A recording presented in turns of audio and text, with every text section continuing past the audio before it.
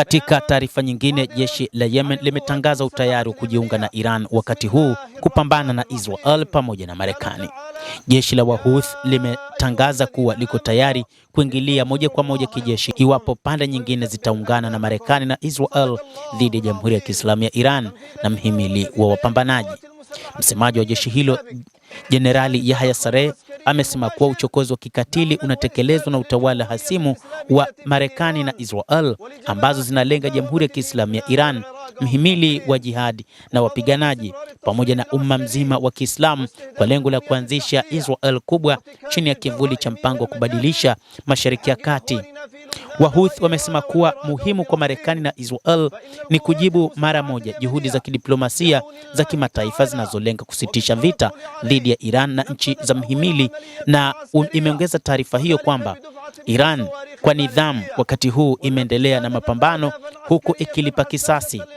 Jenerali Saree amebainisha kuwa jeshi la Yemen liko tayari kwa uingiliaji wa moja kwa moja wa kijeshi endapo muungano wowote mpya utaundwa pamoja na Marekani na Israel dhidi ya Jamhuri ya Kiislamu ya Iran na mhimili wa kijihadi wa wapiganaji hao.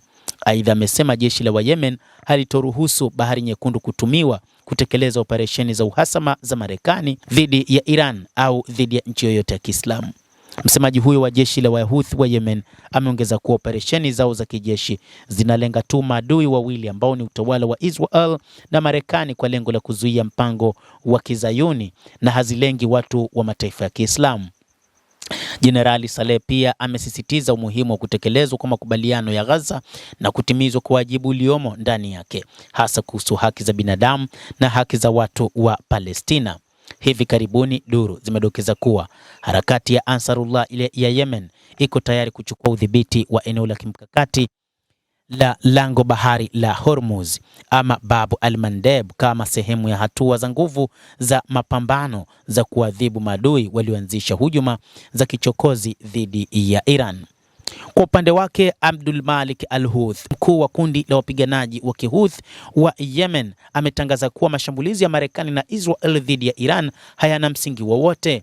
Abdul Malik al-Houthi, katibu wa Ansarullah ya Yemen, amesema adui Marekani na Israel zimetenda jinai mbalimbali dhidi ya wananchi wa Kiislamu wa Iran, uvamizi ambao hauwezi kuhalalishwa kwa namna yoyote.